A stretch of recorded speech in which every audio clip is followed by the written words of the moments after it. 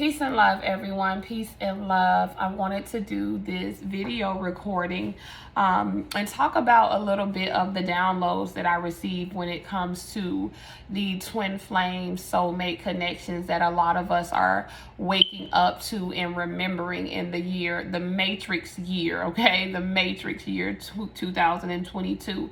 So first of all, let's talk about We're going to talk about contract law. We're going to talk about the twin flames and the soulmate unions, but we're also going to first go into the universal law of correspondence, okay? This is one of my favorite laws out of all of the universal laws, okay? And it's because this law, I feel like this law pretty much encompasses all of the other laws in one, okay? Now, when we look at the law of correspondence, the law of correspondence tells us that our physical world, our physical reality, our matrix reality is just a replica of the spiritual world, the spiritual reality, or any of the different realities in between, okay? Because please understand that when you're dealing with the universe, there is the physical, there is the mental, there is the spiritual, and there is many other planes of existence in between, okay? There is many different degrees and variations of existence, okay? Whether you are aware of them or not, whether you know them or not, whether you can physically see them or not, definitely doesn't mean that they aren't there, okay? So when we take a look at the law of correspondence, hold on a second. When we take a look at the law of correspondence, you guys, it's telling us that our outer world is a reflection of our inner world, okay? It's telling us that our physical reality is a reflection of our mental reality, is a reflection of our spiritual world as well. Now, there are many worlds, therefore there are many parallels. That's basically what I was just saying, okay? So, what is a parallel? A parallel is something extending in the same direction everywhere, okay? So, of course, the human mind, when you talk about parallels today, most people just think of as above, so below, okay? But parallels can, if you look at a parallelogram, it has four sides, okay? So it's not just as above, so below. It's also a lot of other different variations of degrees in between, okay? You have two sides of something, and I always like to use the analogy of the mirror, okay? If you put a mirror in front of you, that's one aspect of the mirror. If you put a mirror behind you, that shows another aspect of what a mirror does. If you place a mirror on the side of you, that shows you another aspect. If you place it on the other side, that shows you another aspect. If you place that mirror above your head, okay, then that is another degree of mirroring or parallels, okay? If you stand on top of the mirror, that is another degree of a parallel or a mirror, okay? So a parallel extends in the same direction everywhere, okay? It's not just what we hear most people speak of today, as above, so below, but it's like the same extension of energy everywhere, okay? If that makes sense, everywhere in the multiverse, all right? So you have as above, so below. You have as within, so without, when we're looking at the universal law of correspondence, okay? And this law pretty much states that patterns repeat throughout our universe, okay? Now, before we get to talking about the actual soulmates, let's talk about law, okay? Well, what is law? Well, based on the law of correspondence, there can be many different meanings of law. If we look at parallel one, then a law is basically the system of rules which a particular community recognizes as regulating the actions of its members, in which it may enforce by the imposition of penalties. Okay, so I'll say that again. Our parallel 1 definition of law is the system of rules which a particular community recognizes as regulating the actions of its members, in which it may enforce by the imposition of penalties. So in our matrix, okay, if you go and shoot someone, okay, if you go take anything, if you go and, unalive someone, I'll say that because this YouTube stuff. If you go and unalive someone, that is considered against the law, okay? And it's like there is a penalty that will be enforced in the matrix world for that, okay? Now, in parallel 2, the law, okay, can be looked at as the system of the mind that holds every thought and acts strictly to the truth of being. Okay, well, what exactly does that mean? Well, on one level in the matrix, you are bound by the laws of the world, the laws of the matrix world. But outside of the matrix, you are bound and governed by the system of the mind, okay? And that's the law of truth. That's Mott, okay? I don't know if you've ever heard of Mott, M-A-A-T, but it's like the universal law. Kind of like the golden rules, okay? I know that they consider the golden rule, but it's like the universal truth, okay? I'm not even gonna correlate that to the 10 Commandments because, hey, some of those 10 Commandments, yeah, we're not even gonna go there. So parallel 1 is like the matrix law where, hey, you do X, Y, Z, and you're going to jail, or there's some type of penalty that will be imposed. Parallel 2 is like the system of your mind, okay? Now, your mind, your subconscious mind at that, holds every thought that you ever have, and it acts strictly to the truth of your being. So when I say that, that means if you tell no one else can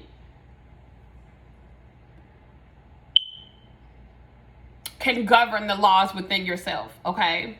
So while we've talked about matrix law, we talked about universal law, but let's look at the laws of the subconscious mind, okay? Let's just say you believe that it's wrong to lie, okay? Now, we're not talking about you lying. Let's just say when someone else lies to you, okay? You, in your subconscious mind, in your heart, in your own body that you are the governor of, okay? You've basically told yourself that this is a law for me, okay? When someone lies to me, I want them to receive a penalty, okay? I want these people to receive some type of penalty for what they did, all right? So you've basically created a set of laws or a law for your mind to abide by, okay? Now, whether you say when I lie or when they lie, it doesn't matter how you say it. You basically said, in my subconscious mind, a lie deserves a penalty. A lie is against the law, okay? Against my personal law. You don't like when people lie to you. You want them to get consequences. So that's one of the laws that you have set for yourself, okay? In your subconscious mind. Now, of course, you're not thinking about yourself because that's the ego. You're always thinking about when someone else lies to you, okay? But just think about what we just talked about. Now you go out and lie. You have to hold yourself by that same, your body, your mind will hold yourself by the same standard that you set for other people. The same standard that you basically told yourself was true, okay? You told yourself within your body, within your mind, that it's not okay to lie, okay? Even though you were talking about other people lying to you, you basically set a law for yourself that you believe lying should come with penalty. So now your subconscious mind will agree to that, okay? Because this is parallel 3, where you are creating your own reality, okay? You are creating the laws that you must be governed by on the inside, okay? And now when you lie, you wonder why karma comes or a penalty comes, okay? And it's because this is the law that you set for yourself, okay? The same laws that you set for others is the laws that you set for yourself, okay? A person who does not believe that it's evil to kill, or they're more likely to get away with unaliving people, okay? Especially if no one sees it, because it's like your consciousness is following you. Your consciousness is law, okay? Your subconscious mind is law. You set the laws. You create the laws that you want to live by. That's in parallel 3. So in parallel 1, it's the laws of the matrix that your world leader set for you. In parallel 2, it's the universal laws that, you know, it doesn't matter who you want to believe in, God, the creator, it doesn't matter. But the universal laws were already here. And then in parallel 3, it's the laws that you set for yourself. And these laws are pretty much set when it comes to like our core values, okay? And our ideologies, what we choose to believe, all right?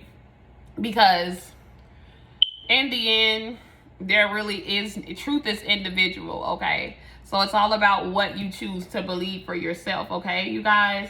So we live in a systematic universe, okay? Everything operates based on an original set of rules that must be observed by the creator and the created, okay?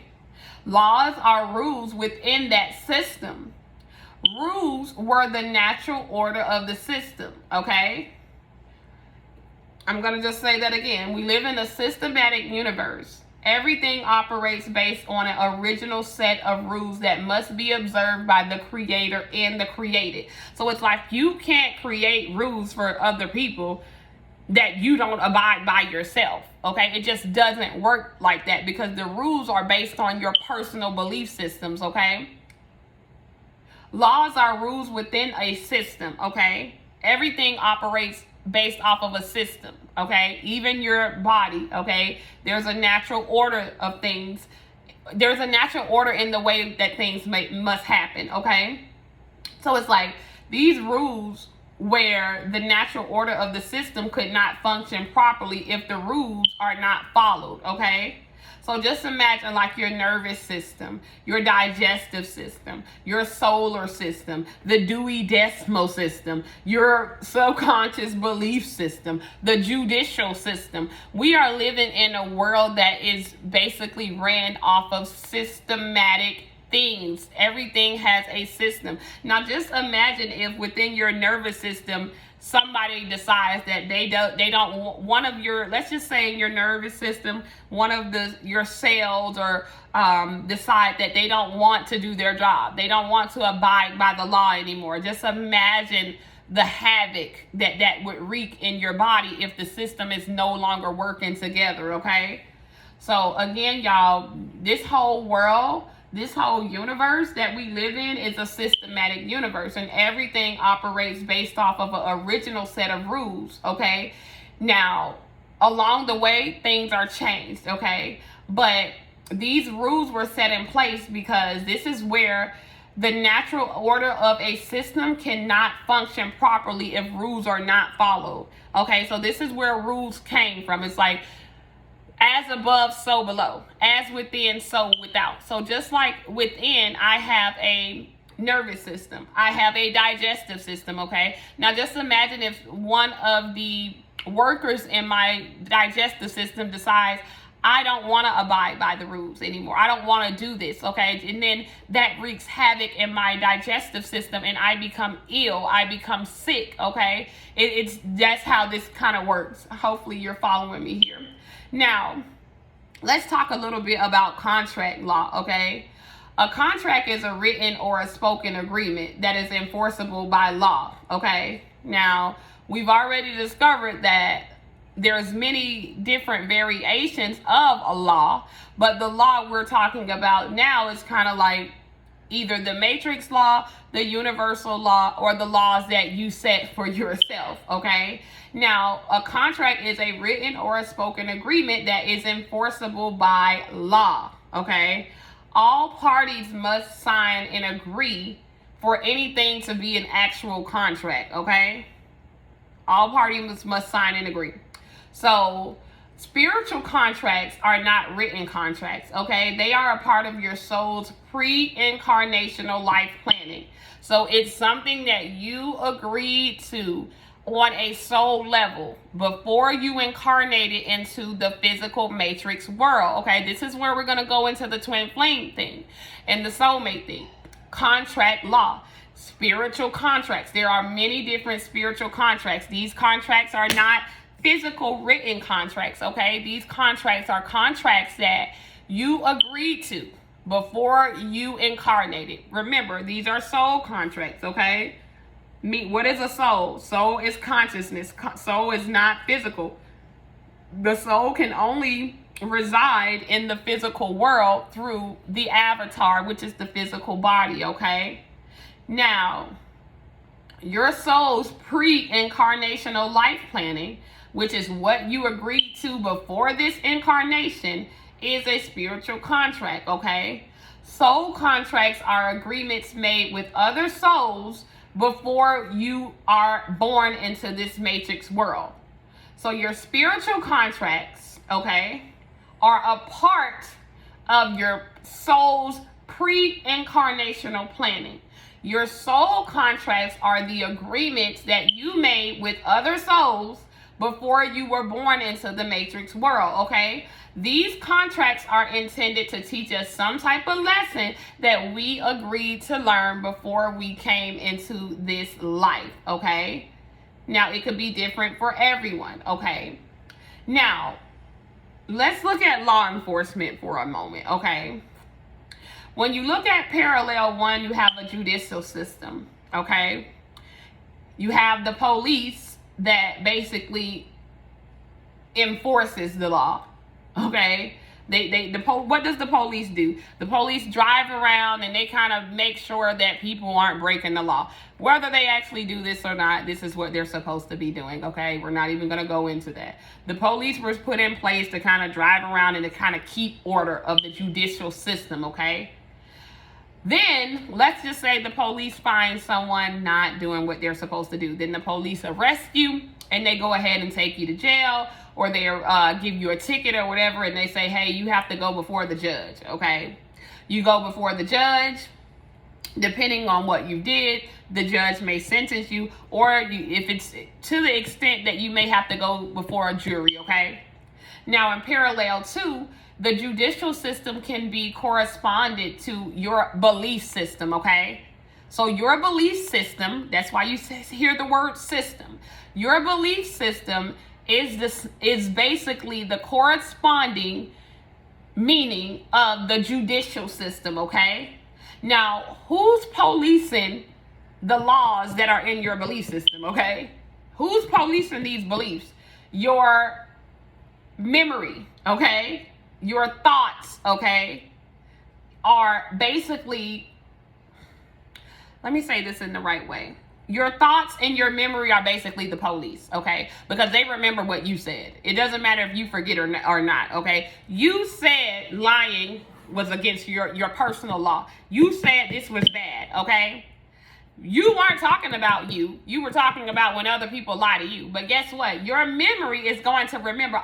As soon as you tell a lie, just like the police, as soon as somebody breaks into a house and someone calls the police remembers the laws of the judicial system, and the police goes out and arrests the perpetrator, okay? It's no different. As soon as you tell a lie, your memory or your thoughts remember the laws that you set in your belief system saying lying is against the law, and they go out, okay? That memory and that thought goes out and it goes to correct what you just did, okay? Now, how does it do that? With your cells, okay? Cells, cells, okay? Cells. Your cells are imprisoned inside of your body, okay? Your cells are stuck. Your cells cannot come out of your body, okay? Your cells are in there to stay, okay? So your cells can be correlated to the judge, okay? When your memory says, oh no, I remember, lying is not good, there has to be some type of penalty, okay? Because I remember that I said lying was not good, so there has to be some type of penalty that is brought forth for this lie that was just told, because my memory or my thoughts just made me remember that this is a law of my belief system that lying is bad, okay?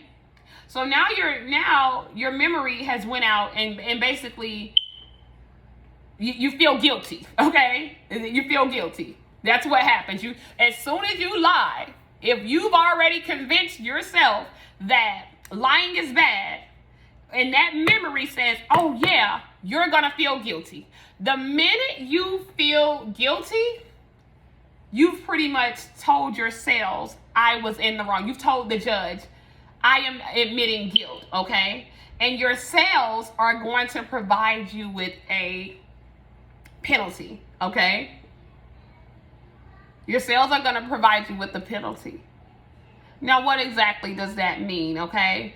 Just think of that Kanye West song, Donda. What is it? Guess who's going to jail tonight? So now I hope y'all following me here.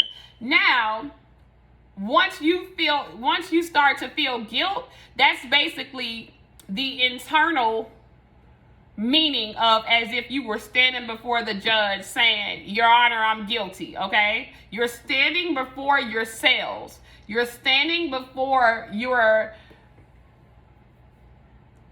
personal judge, which is the cells in your body. And you're saying, yeah, even if you don't admit this out of your mouth, you feeling guilty is the admittance right there. The moment you feel guilty about something that you do, that's it. That's it. That's right there. That means consequence comes, okay? Sentence, now you have to be sentenced, okay? And we don't always realize how the system works, and how now our DNA can be correlated to the jury, okay? So it's like, okay, the jury comes in and says, okay, this person did X, Y, Z, and now there's some type of consequence that has to be made. That's your DNA, okay? Your cell says, okay, this person is guilty, just like the judge would say, okay, this person is guilty. Now, again, depending on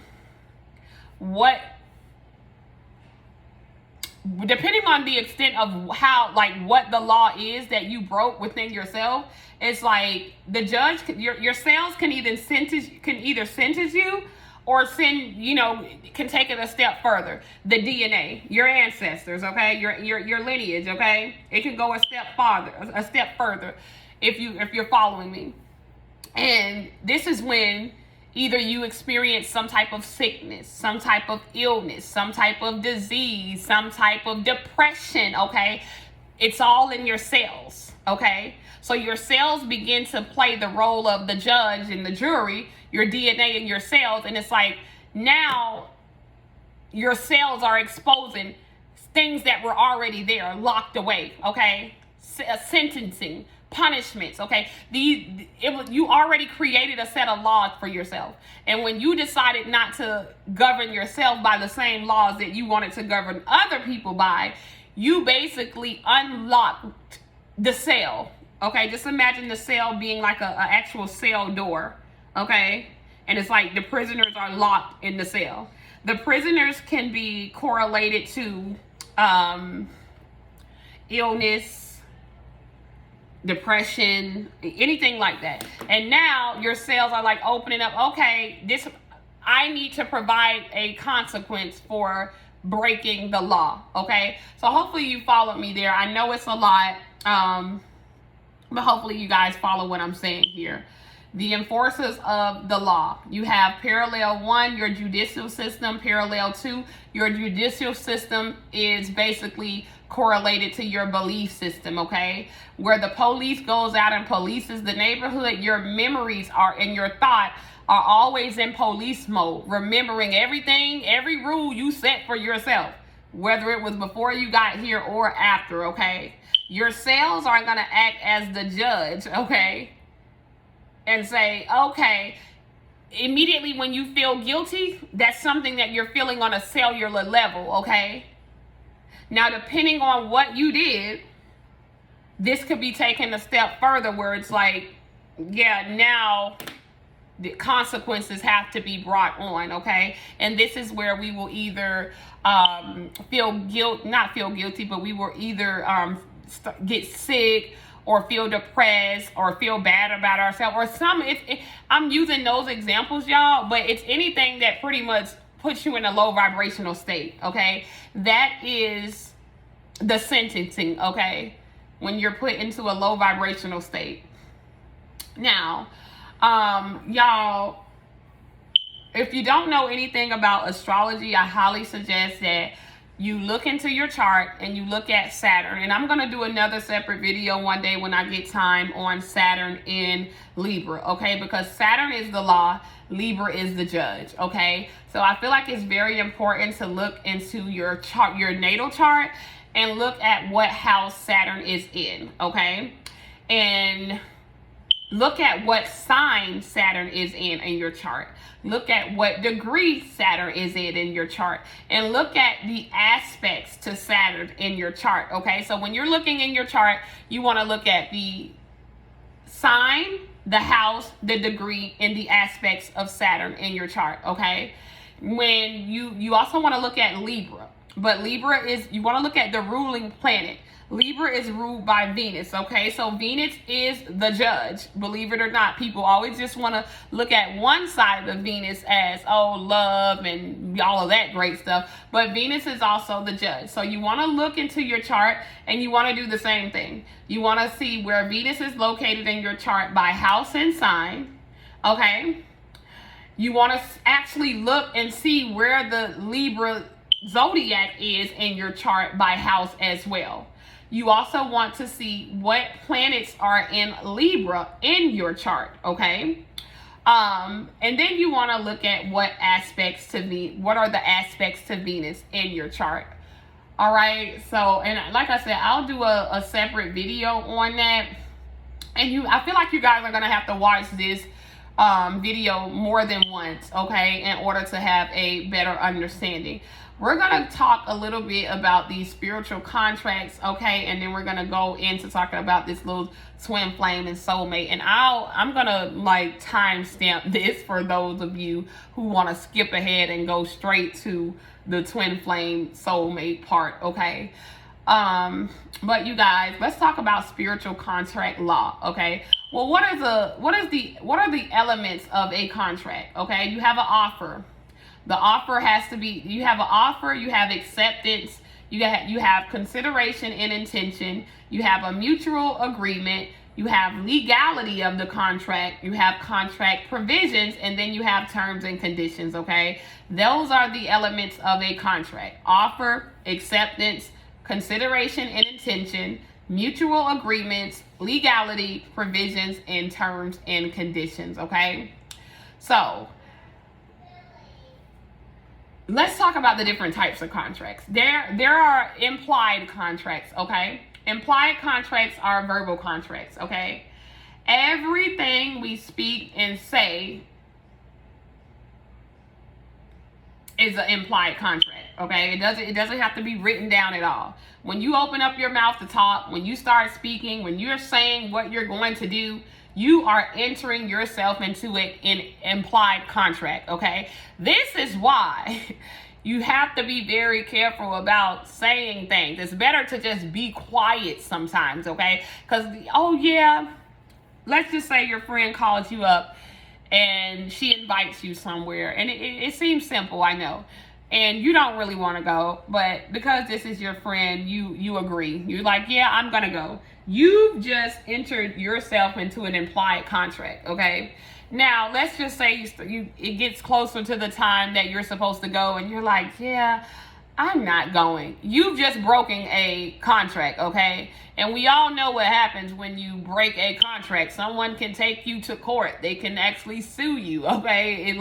You might think it's not that serious, and that's only because you don't understand universal law. You don't understand the laws that govern yourself or the laws that you set for yourself, okay? And then you also don't understand how contracts work.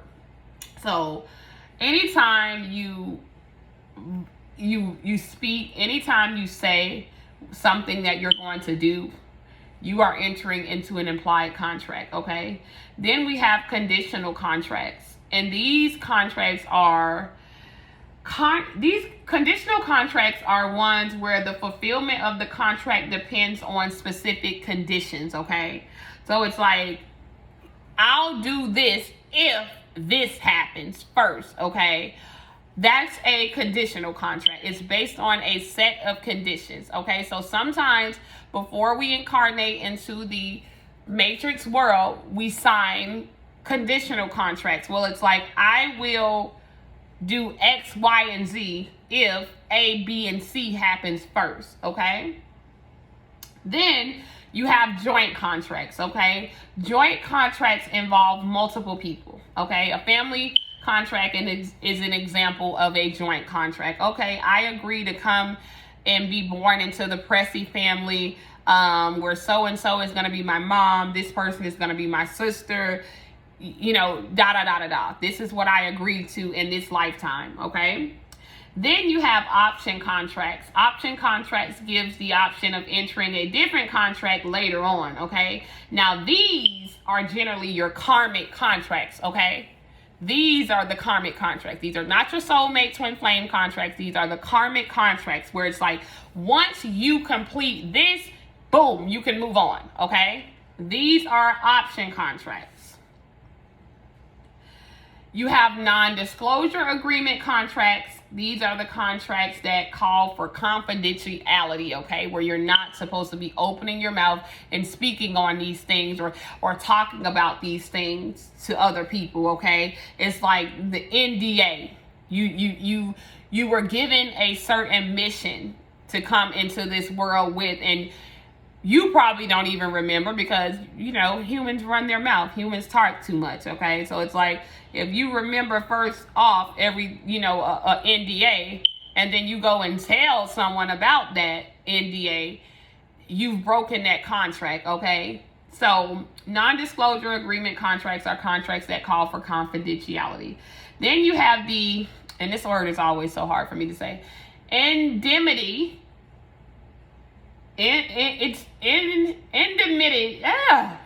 Indemnity contract. And this is where one person agrees to hold another person harmless for damages resulting from the contract, okay? These are your soulmate contracts, okay?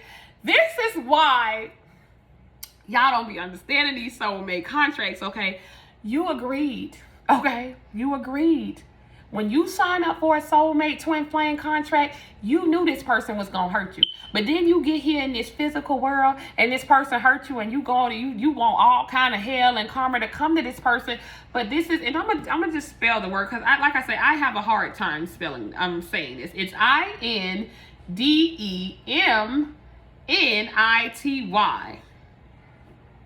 INDEMNITY. Indemnity. I think I just said it right. Indemnity. These are your indemnity contracts, okay? And again, the indemnity contract is when one person agrees to hold the other person harmless for the damages resulting from the contractual agreement. These are your soul tie contracts, you guys. I can't make this shit up, okay? Like I said, I don't know if I said this already, but I do have a class, a contract law class that I teach, okay? And I have PowerPoints and PDFs on all of this where we go deeper. If you are interested in my contract law class, all you have to do is send me an email at seedsofmelanin@gmail.com, and I'll make sure I include that in the description, okay? I'll include the email. But yeah, that's why, as much as it hurts, y'all be wanting y'all soulmates to go through some type of karma. And it's like, if that's an indemnity contract, them people did what they were supposed to do, okay? And we're gonna get into that because we about to start talking about the twin flame soulmate unions. These are not karmic contracts. These are indemnity contracts where you may not remember, okay, that this person was supposed to come and wake your soul up. So now they hurt you and you want some type of karma to come, and it ain't coming, honey. That's what the whole contract is not holding this person liable. Okay? You can't hold this person liable for the damages resulting from the agreement that you made. Now, we also have paternity contracts, okay? A paternity contract enforces that you care for the children you signed up to care for. It's just that simple, okay? These are the parent contracts, whether you're a mother, father. It's like, this is why you see child support and stuff in the physical world, because it's as above, so below, okay? This is the paternity contract, okay? You signed up to care for children. These are not your children, might I add, okay? But you signed a contract to care for children XYZ while you were here in this matrix world, okay? You also have employment contracts, okay? Employment contracts are the spiritual jobs that you agreed to perform while you were here. So some of you have, high spiritual contracts. Some of you have, personal missions, but your employment contracts are the spiritual jobs that you agreed to perform in the matrix world, okay? Our whole world is based off of contract. We're all contract workers, okay? We all signed a contract to come here and do something, okay? Now, you could have several contracts. Of course, you might, a family contract. Everyone pretty much has that because it's the family that you're born into, okay? These are those joint contracts. If you have children, you definitely have a paternity contract, okay? Many of us have karmic contracts. Everyone does not have an indemnity contract, okay? Because everyone does not have a soulmate contract, all right?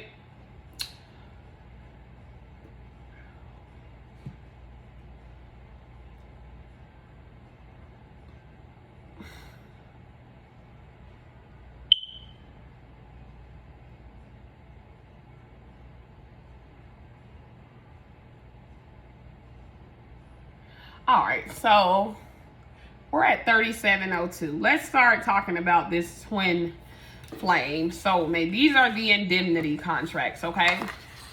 So y'all,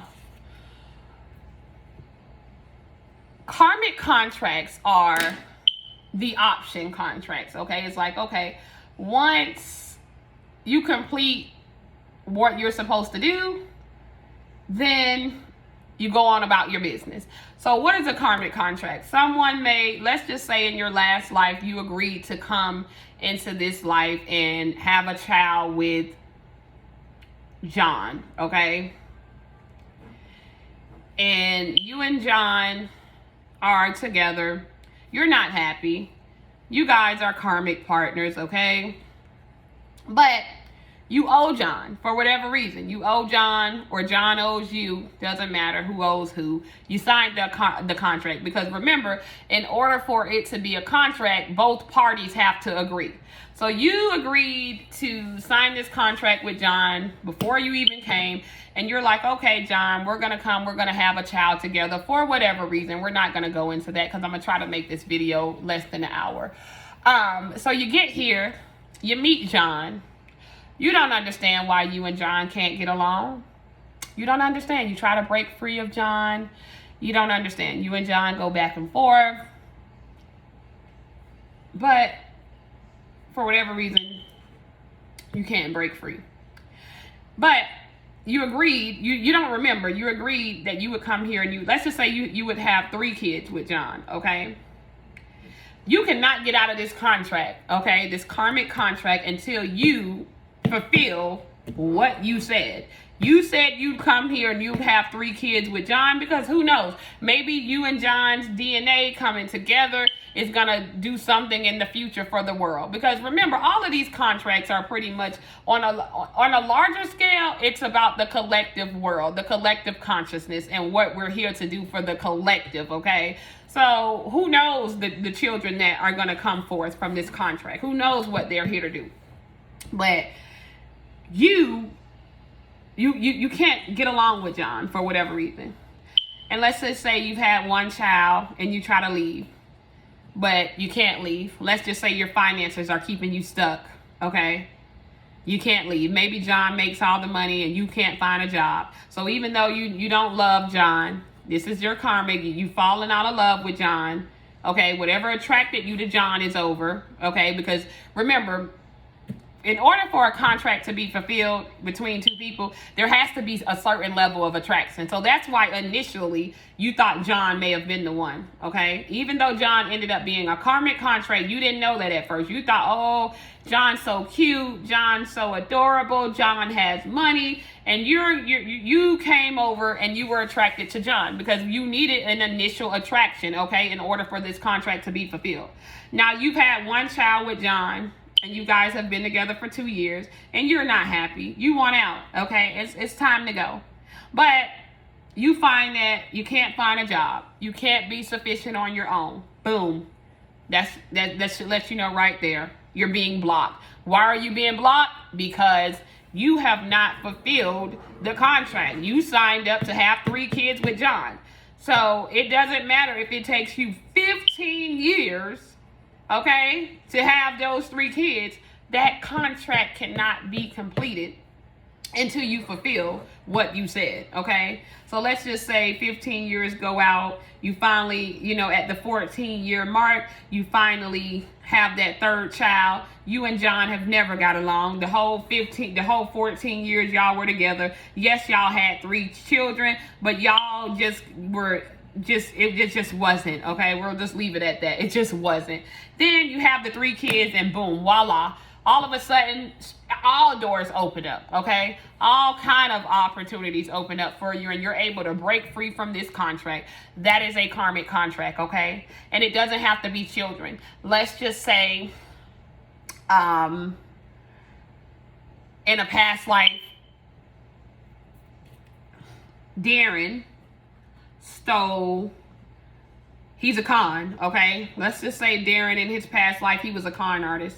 And he stole $50,000 from Rhonda, okay? And Rhonda took him to court, and it's a spiritual court. And Darren agreed to incarnate into his next life. He signed a contract in that spiritual courtroom, and he said, okay, in my next life, I'm going to meet up with Rhonda, and this is a karmic contract, and I'm going to pay her back the $50,000 that I stole from her in this life, okay? Because I don't have it right now, period. I don't have it. So in my next life, I'm going to sign this contract, and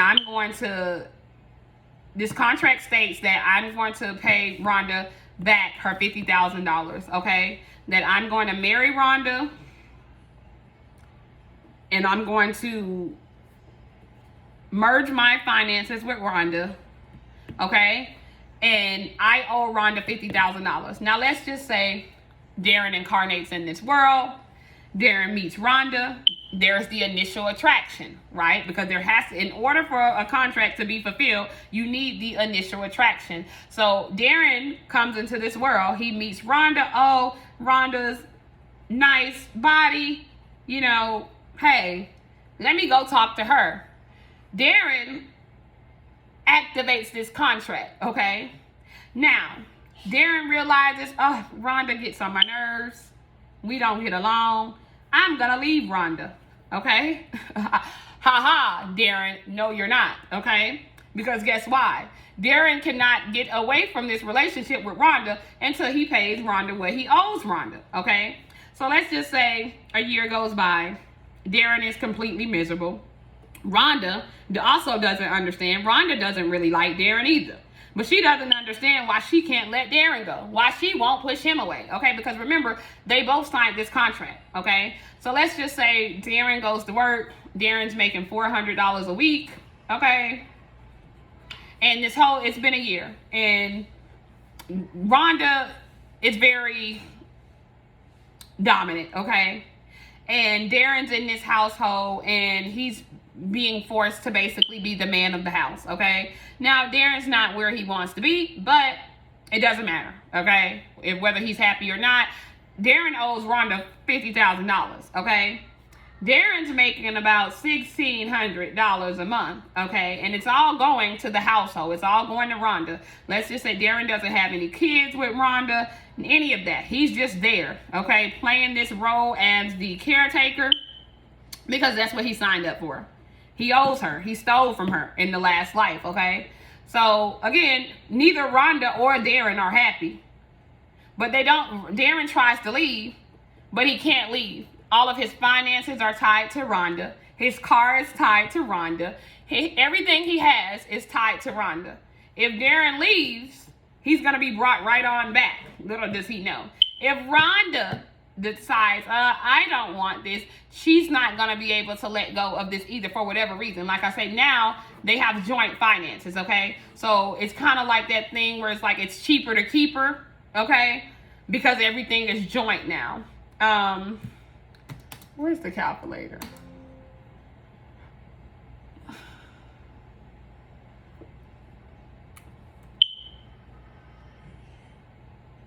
All right.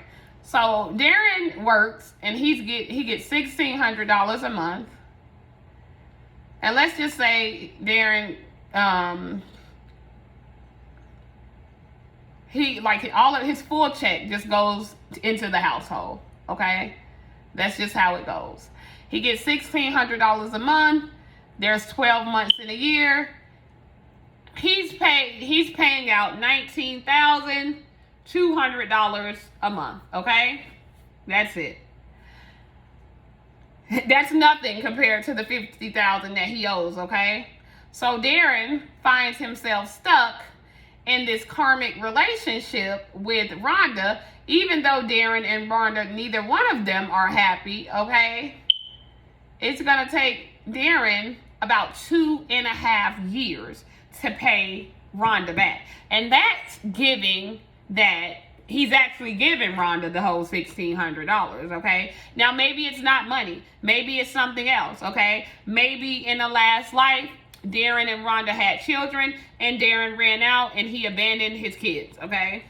And maybe Rhonda took him to paternity court in the spirit realm, and Darren says, okay, well, in the next life, I'll come and I'll help you take care of your kids, okay? Until, whatever. All contracts are different. So then Darren incarnates in this world. He meets Rhonda. Rhonda already has children, okay? Darren does not have any children with Rhonda. And then Darren finds himself stuck somewhere taking care of Rhonda and her kids. He's not happy, but this is the contract he signed, okay? And who knows, okay? Who knows how long Darren said that he would do this? Who knows how much energy, effort, time, or money he has to give into this karmic situation? But the whole point is he cannot get out. If he owes Rhonda $50,000, Darren cannot get out. If he abandoned his kids for the first 5 years of their life, then, and maybe he signed the contract that said, okay, Rhonda, I'll help you take care of your kids in the next life for 5 years, okay? Or until such and such a date. These are karmic contracts, okay? It's a contract that you sign and you cannot get out of until that contract is fulfilled, okay? And there's many different versions of karmic contract. Maybe you incarnated to, let's just say, Andre was a liar, okay? Andre was a cheater, okay? Andre broke Grace's heart, okay?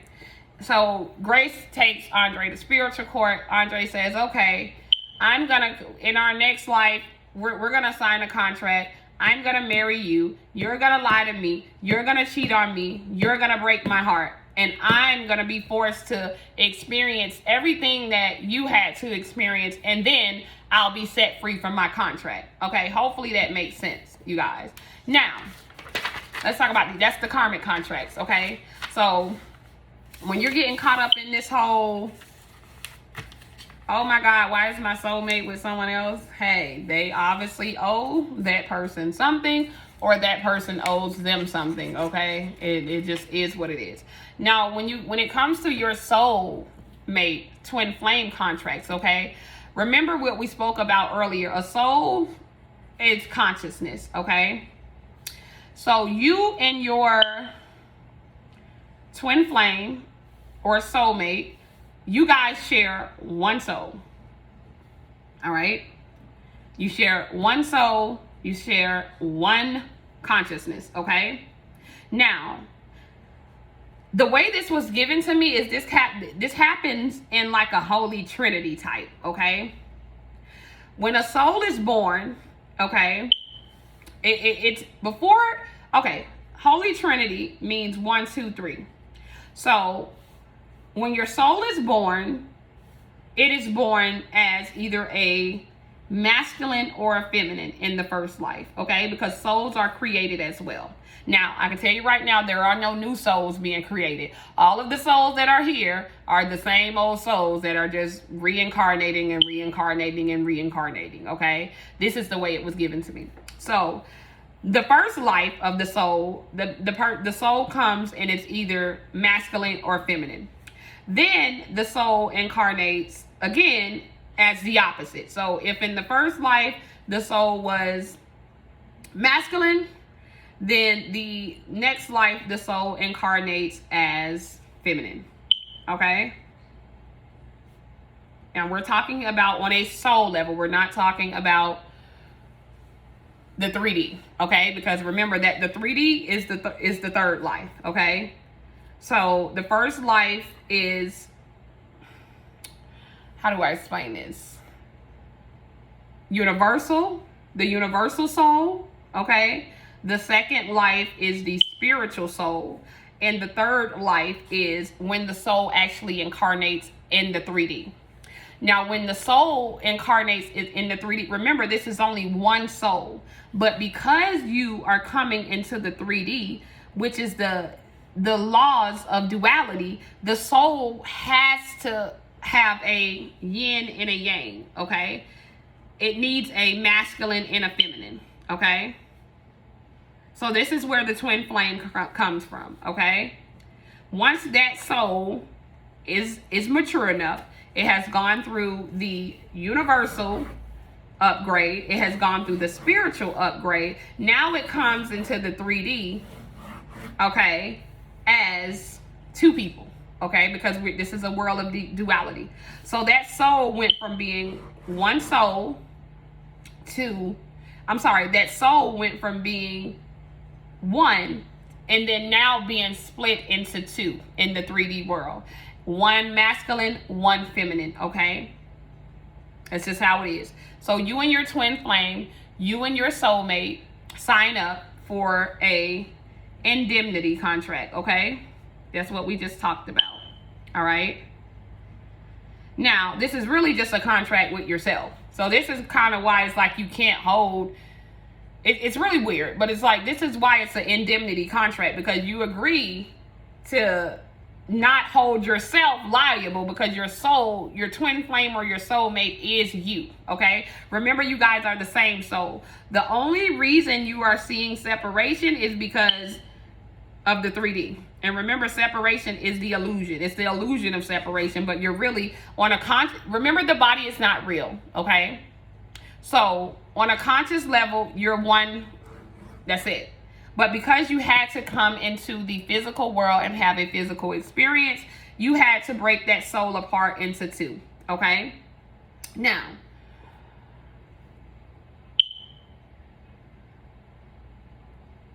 a lot of times, you don't remember, okay? You don't remember. This is why you will see when it comes to twin flame connections, it's like, it doesn't matter if it's male or female. One avatar will operate from the masculine and one will operate from the feminine. Okay, now it could be the male that operates from the feminine, or it could be the female. It doesn't matter. But you will find in the twin flame connections, even when it comes to zodiac, one will be a masculine sign and one will be a feminine sign, okay? For instance, I am a woman, but I am a Leo, okay? Leo is the masculine sign, okay? My twin is a feminine sign, although he is a male, okay? You see how that works? And you come into this world, and you have come into this world to basically help your soul evolve, okay? Remember, this is all happening for the greater good of consciousness. So on a personal level, it's your soul consciousness, and on a greater, deeper level, it is the collective consciousness, okay? So in this indemnity contract, you agreed to come into this world and basically merge out into two people, a masculine version of yourself and a feminine version of yourself, and you agreed to go out and complete jobs, okay? Jobs. There's things that have to be done in order for you to wake yourself up, okay? In order for you to evolve your soul into a higher state of awareness and a higher state of consciousness, okay? Remember, the separation is simply an illusion, okay? You and your twin flame share one consciousness, okay? Well, what is the purpose of that? Well, again, the purpose of that is because you're in a 3D world, and the 3D world is bound by the laws of duality, okay? If you were just in the 5D, you would just be one consciousness and residing in one consciousness. So a lot of times, you feel your soulmate. You always feel your soulmate and your twin flame, even before you've met this person, okay? Most people, when they incarnate into the physical world, you actually meet your soulmate, whether you remember it or not. You probably met that person like when you were very, very young. Now, of course, over time, you're not going to remember this, okay? Because the whole time, the two avatars, although it's one soul, the two avatars are on two separate journeys. You have your masculine energy going out and doing its job, and then you have the feminine energy going out and doing its job, okay, for the greater good of the soul, of the one soul. So what happens is, when you actually consciously meet yourself in the 3D, because that's what you're meeting, when you meet your twin, your soul flame, you are meeting that person in the 3D. You're seeing yourself, okay? And you begin to feel something, okay? Usually you feel it in the gut, okay? It's like, you start remembering, okay? Usually, y'all, even when you're too young to understand what you feel it. It's like you want to attach those souls back together. It's like you feel this strong pull, because you although you're not aware of it, you see that this is their separation. And remember, the separation is only in the 3D. So you try to bring yourself back together. You try to attach yourself back to the parts of you that you were separated from by way of birth into the physical world, okay? Now, the problem with that is you're separated for a reason, okay? And this is why the separation phase of a twin flame journey is very important, okay? Because the whole reason that you incarnated into this world as separate beings is so that you can complete the masculine's journey and the feminine's journey, okay? So although you feel this strong connection in both of you, it doesn't matter. The masculine and the feminine will feel this strong connection. It's no different than that karmic contract where you have that initial pull, like that initial attraction that pulls you guys together. But what happens is, like, when you actually meet your twin flame in the 3D, it begins to start the process of the evolution of what you came here to do, okay? So normally,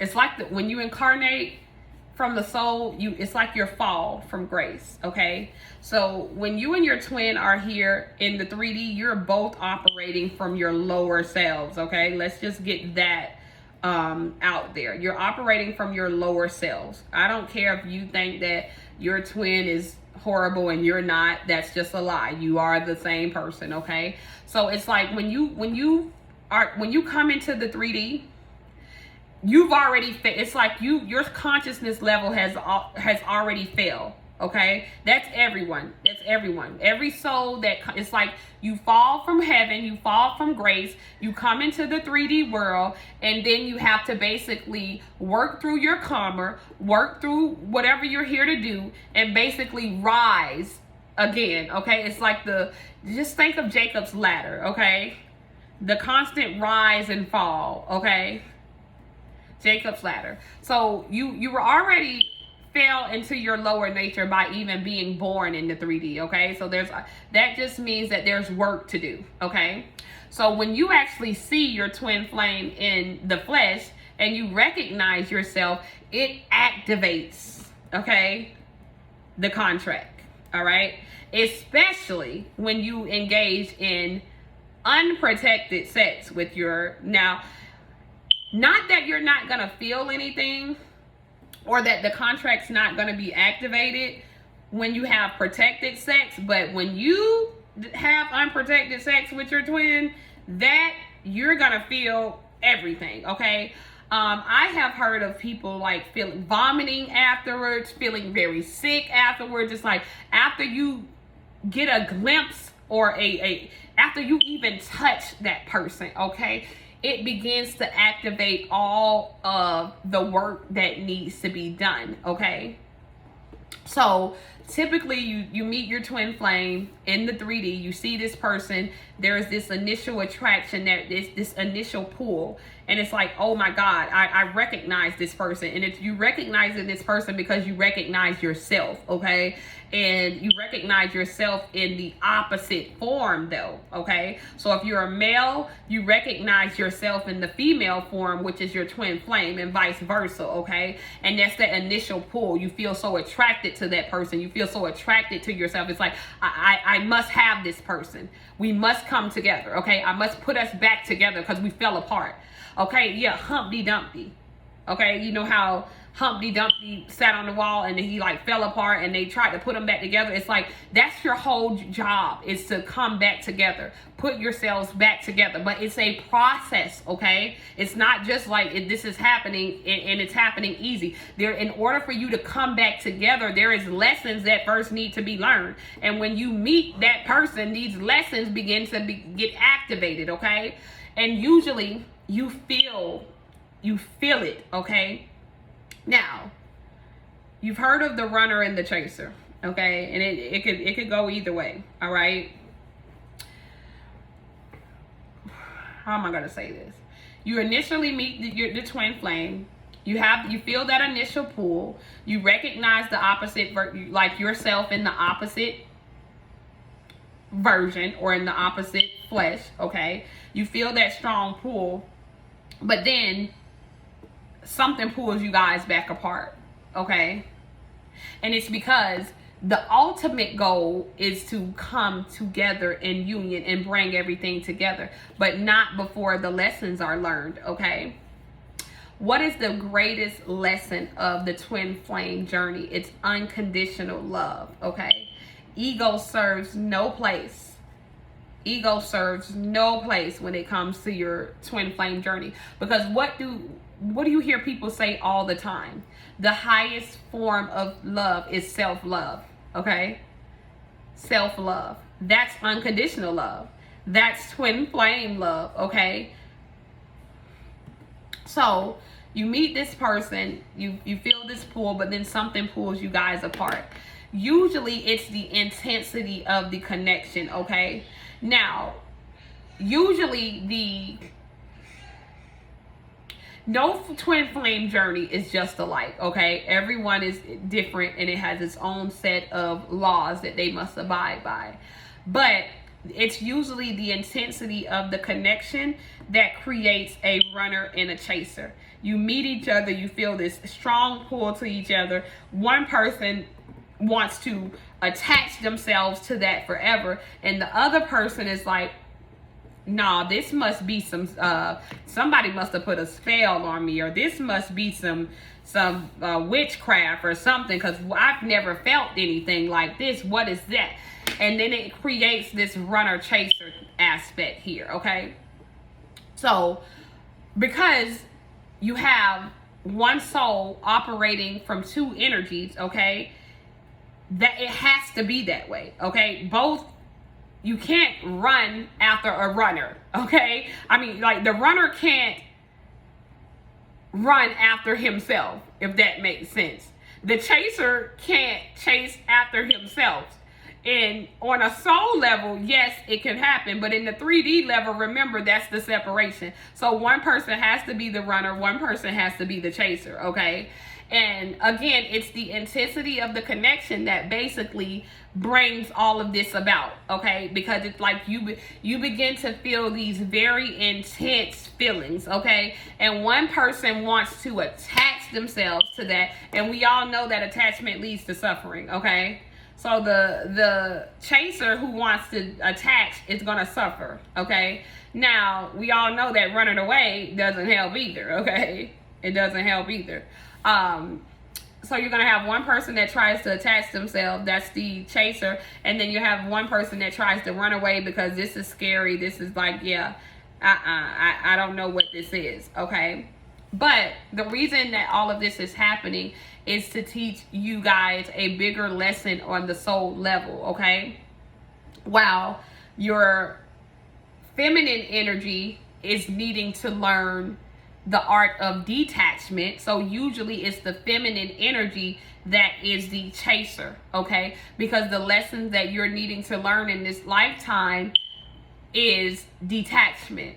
The masculine energy is usually the runner, okay? Because the lesson that the masculine energy needs to learn is how to follow intuition, how to pay attention to your feelings, how to not run away from your feelings, okay? And the feminine energy is needing to learn the opposite, which is how to operate from logic, okay? How to detach from your, so it's like, on one level, it's one lesson. But because you're in the physical world, in the 3D world where separation exists, the lessons are being broken apart into two.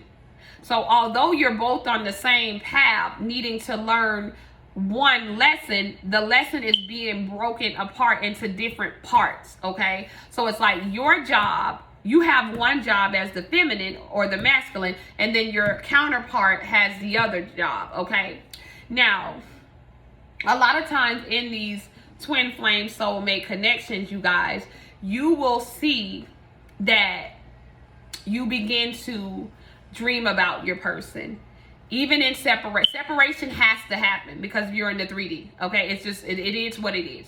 You can't always be together with your twin flame because you are in a 3D world. So separation, does it mean that you can never come together in the 3D? No, it just means that there is going to be phases of separation, which is why you will always find in your twin flame soulmate connection, it's like you two, you come together and you separate. You come together and you separate, okay? Until you actually both learn the ultimate lessons and you join together in the holy matrimony, okay? But it's like it's okay. It's kind of like the mind and the heart, okay?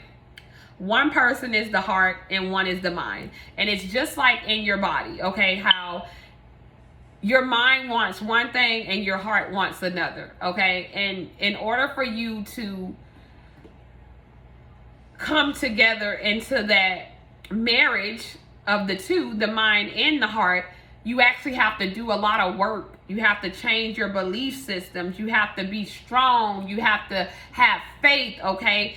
Even in your personal life, it's like my mind's telling me to leave this person, but my heart is saying no. That's you and your twin flame as well. It's like you have to be able to merge the mind and the heart, okay? That's the only way you and your twin flame are going to be able to come into union in the 3D and make it last, okay? Is by marrying the mind and the heart. And remember, the mind is logic and the heart is intuition, okay? So it's like during your separation phase, when it comes to your twin flame or your soulmate, during the time that you're separated, it's no different from you being in internal conflict with yourself. And really, this is what this is a this is a representation of. Remember the law of correspondence: as above, so below; as within, so without. So if you're conflicted in your heart, whether you're a masculine or feminine, if you're conflicted within your heart when it comes to your twin flame journey, if you keep going back and forth, this is why you and your twin flame are going to go back and forth. Because remember, you guys are sharing one soul, one consciousness, okay? So the back and forth starts with the internal conflict, okay? A house divided will surely fall, okay? That's somewhere in the Bible. So you and the house is the soul, okay? The soul divided, okay, into mind and heart by being born into the physical world. You must merge the two. You must get your mind and heart to agree at all times. And we know that's not easy, okay? You must get your mind and your heart to agree in order for you to be able to manifest in this world, okay? And this is even outside of your twin flame union. If you say you want to manifest $1 million, and you're saying this in your mind, okay, and you're visualizing, but then in your heart you don't believe it, guess what? You're not getting $1 million. And it's the same thing with your twin flame. You need the mind and the heart, okay, to merge together. You need the mind and the heart to be on the same page, okay? So what happens during separation is that you guys you come together, okay, and that's the initial pull. Then something happens and you separate. Now, usually what makes the separation long is because now one or more parties is going to begin to doubt the connection because you can't physically see it anymore, okay? So that's the separation of the mind and the heart. It's like your heart knows that this person is your twin flame, but your ego, your mind is saying, no, it's not. This person hurt me. This person is with someone else. This person is evil. You know, whatever these things that we like to make up in our mind, okay? Now, usually when you meet a twin flame, when you meet your soulmate, of course, they are the opposite version of you, okay? So a lot of times they will hurt you, okay? Because the only way that we typically are known to grow and known to evolve in the 3D as humans in this avatar is through uncomfortable situations, okay? You could bring someone over that you don't care about, okay? And they could do the very same thing that your twin flame does, and it's not going to cause you to grow or evolve because you don't care enough, okay? This is where your twin flame is used to help you grow and to help you evolve, because you care so much about yourself in the other form. You care so much about your soulmate, your twin flame, that when this person hurts you, it immediately starts your awakening, okay? It immediately starts your awakening, okay? And again, this is an indemnity contract, so you can't even hold it against them, because you already knew, even whether you remember it or not, you knew that this person would come into this life and this person would have an experience with you that would cause your awakening, whether you choose to look at it as good or bad, okay? And it's like, again, it's that situation where it had to be your twin flame. It had to be your soulmate, okay? Because anybody else, you would not have cared enough. People are not being hurt about people or things that they don't care about, okay? So because of the deep connection with your soulmate, with your twin flame, this is why the twin flame is used to activate you, okay? And this usually starts your Kundalini awakening, okay? You meet your soulmate, you meet your twin flame, you initially come together, there's a strong pull, okay? Something happens in the person, there's separation, okay? And it doesn't matter what happens, because separation happens for people in different ways. Maybe someone just wants to go and venture out and do other things. Maybe someone cheats, maybe someone lies, maybe someone goes to prison, you know, whatever the case may be. In some cases, your twin may actually pass away in the 3D, okay? But whatever the case may be. And this starts your Kundalini awakening. I think it's important to understand, you guys, that you are never in separation with your twin flame. Okay? Remember, 3D separation is an illusion. Okay? But at the greater, higher level of things, you share one soul. There's no way you can break up a consciousness. There's no way you can't. A soul is a consciousness, and you can't break up your consciousness into bits and pieces, okay? It's just consciousness, okay? And if you share the same consciousness as this person, you are never in separation, which is why you'll always know when you're on a twin flame journey, because even if you're in separation in the 3D, you will be meeting up with your person in the astral world, which is in the dream state, okay? There will be, you will telepathically communicate with this person, okay? You will feel whatever because this is going long. It's so, like, I could talk for 3 hours about this, y'all. I really could, but I don't have time because I also have to do the twin flame reading for the week. But remember, nothing in the matrix is real. It's all an illusion, okay? It's all a symbolic meaning of something else, okay? Remember, the only thing that is real is the soul or the consciousness, okay? So you are never separated. You are always one with your person in consciousness. So even if you are going through the illusion of separation in the 3D, you still feel that person wherever they are, okay? So this is why you hear of things like the twin flame flu or twin flame sickness, okay? It's because whatever your person is going through, whatever your person is experiencing, you are also experiencing, because experiences only happen in the conscious, okay? That's where all experiences start, in the consciousness, okay?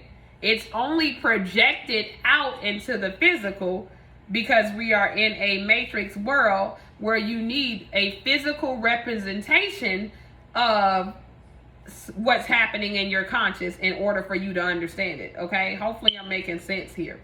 So you're never in separation. You're always with your twin. No matter, it doesn't matter. I know it's, eat your emotions. Those are 3D, okay?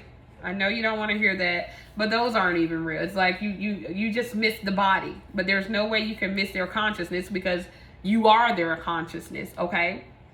So, like I was saying earlier, you meet the person, you guys come together, but then you end up in separation. And there's many different phases of separation when it comes to your twin flame journey, just depending on what you're here to do, how fast you guys learn your lessons, how well you're able to put your ego to the side, okay? And it's like you can't do things that are counterproductive to your journey. If you're supposed to be in separation to learn certain lessons and you're too busy if the chaser is too busy chasing the person and they're not learning the lessons, then you're just going to be in 3D separation even longer. If the runner is too busy running and not learning the lessons that they're supposed to be learning, then you're just going to be in 3D separation even longer, okay? And it's very important to understand your role in your connection, understand what you're here to do, and to play your role, do what you're here to do, okay, so that you guys can come together. It's not impossible. It's rare because egos are involved, but it's not impossible to come in physical lasting union with your soulmate twin flame. The only thing that is blocking that marriage is the ego, okay? The fact that the ego bases life on what can be seen, okay? And that's not how this works, okay? So you're in this connection, you've met this person, and now you're in separation, which most people are in a separation phase right now. And you're feeling sick, okay? A lot of, like, you will have physical symptoms, okay?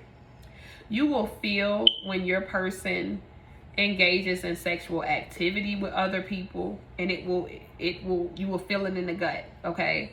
You will feel when your person's sick. You will feel when your person's in trouble. You feel everything because, again, you guys are sharing one consciousness, okay? And it's not a lot of people want a twin flame union and they have no idea, okay? And I think I'm gonna do another video because it's like, here we are at an hour and 19 minutes, so I'm gonna cut this short and I'm gonna do a part 2, okay?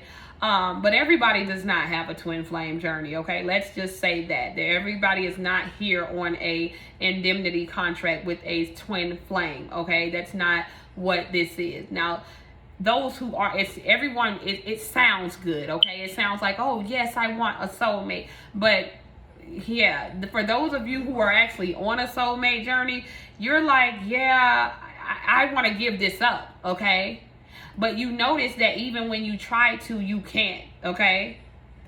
You notice that even when you want to, you can't, all right? So there's this energy of feeling, it's like I said, it's called the twin flame flu, okay?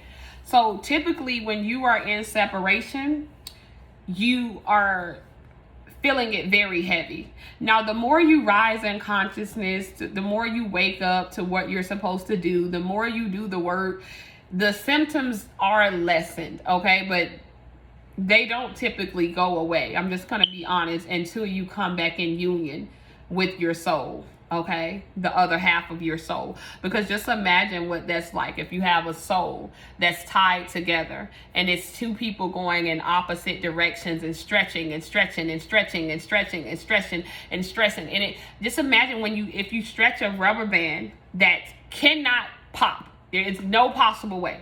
But you stretch it and stretch it. And the more you stretch it, the more uncomfortable it becomes, okay?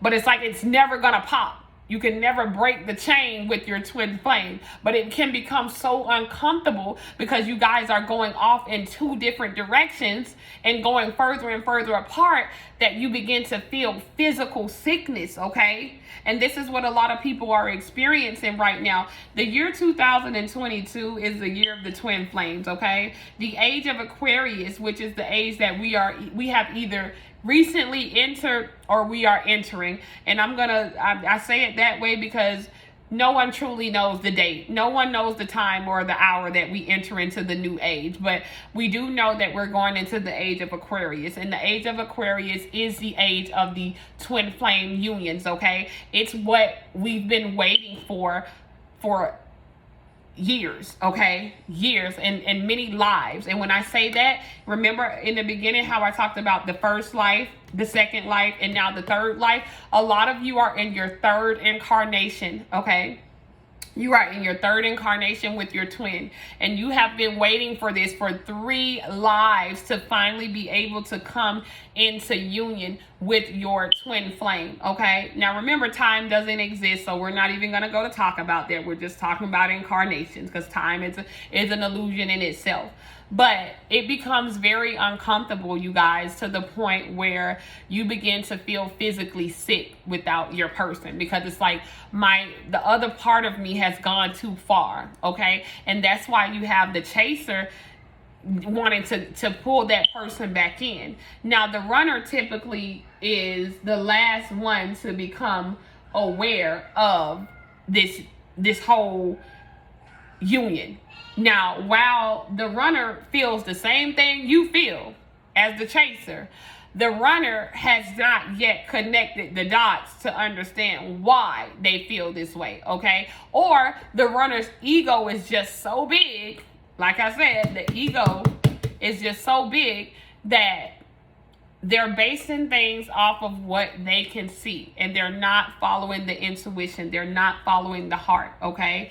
So the last thing I'm going to talk about, and I'm going to do a part 2 because I know we've been all over the place in the last hour. But the last thing I'm going to talk about is these symptoms. A lot of us right now on the twin flame journey are feeling sick. You're feeling nauseated. You're getting headaches, okay? You're experiencing changes within your body, okay? And this is because twin flame unions are being activated. Kundalinis are being, the Kundalini risings are happening, okay? All of this is energy, okay? When energy begins to shift and change, you feel it, okay? When energy goes low, you feel low. It's energy has to go through a death and rebirth, if that makes sense. Okay, so when you come into the awareness of your twin flame journey, you have to kill off your old self, okay, or whatever, your old belief system, the old laws that you govern yourself by. You have to let those things go, okay? And death is, even if it's a metaphoric death, it's not easy, okay? It's something that you feel, okay? So the twin flame journey can often feel like death, okay? It can often make you feel as if you're dying on the inside, because you are. You're killing off your old self and everything that you thought you knew, because you're evolving. Every time you evolve and you ascend, ascension means you go higher. So when you ascend, you have to get rid of whatever was beneath you or below you, okay? So I'm gonna pretty much leave it at that, y'all. But the twin flame journey is not for the weak. Everybody does not have a twin flame journey. If you're on a twin flame journey right now, you're more than likely in separation, and you're more than likely feeling very sick or very ill, and it could come and go. Like some days you could feel very good, some days you could feel not so good. My advice for you, depending on if you're the runner or the chaser, would just be to surrender and have more patience, okay? And not focus on what you can see in the 3D, but also like focus on what you know in your heart, okay? And remember what an indemnity contract is. You cannot hold the other person you signed a contract to not hold the other person liable for the damages caused by the contractual agreement. I'm going to go deeper into that in part 2, because that's very important. You signed that contract. Now, the minute you go to blaming that person, you're fucking up your twin flame journey. You're missing the whole point here. You're causing yourself to be in separation longer because you are blaming this person for something that you agreed to. Okay?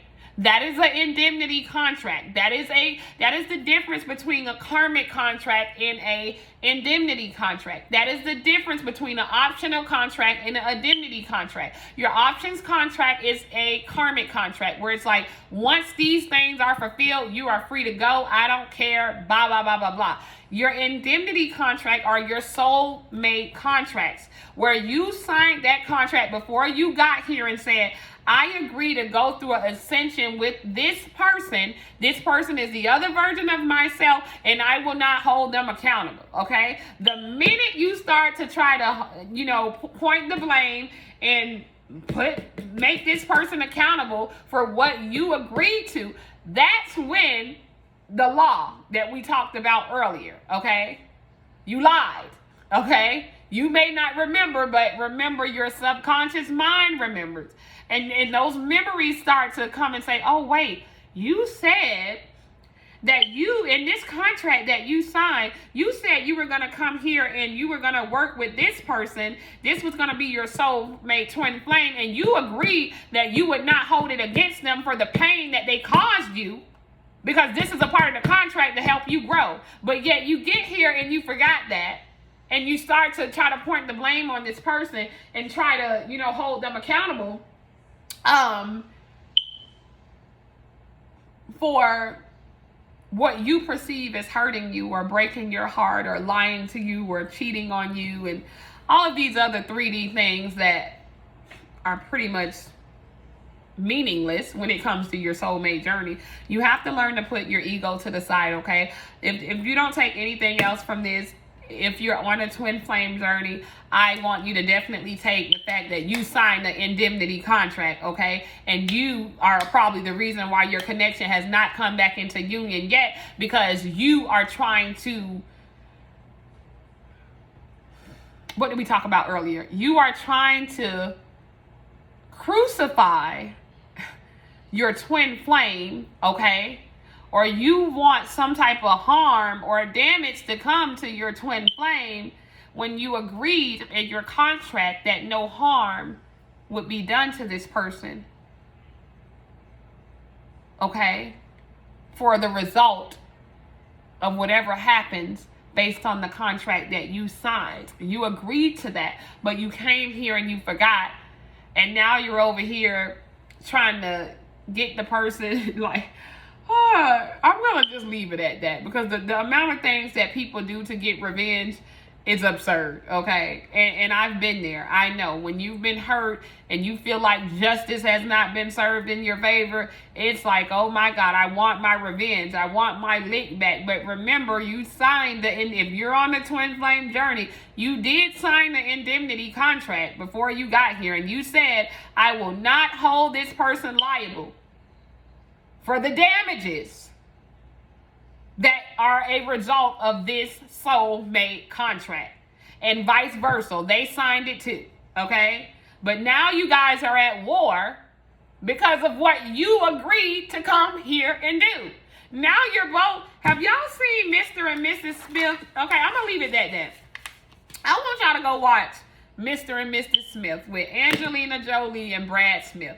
Now y'all trying to kill each other off, which only means you're trying to commit suicide, because if you kill that person, whatever karma or harm or justice or penalty you want brought to your twin flame, you're bringing it to yourself, okay? And I'm just going to be honest with you. You're bringing it to yourself, because remember, you guys are only separate in the physical. You're not really separate. You guys are one in consciousness, okay? But now that this person has hurt you or caused you some type of pain, and you obviously hurt them back, whether you see it that way or not, because again, you guys are a mirror, okay? You guys are the same people. Whatever you feel they did to you, I promise you did it to them as well, because that's just how this works. But now you guys are both so hurt.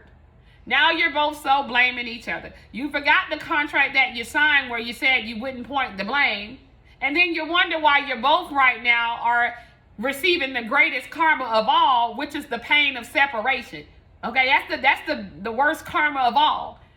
Feeling sick without your person and not being able to come in union, but not being able to let go of this union either. Okay? So I'm going to leave it at that. I'll do part 2. Peace.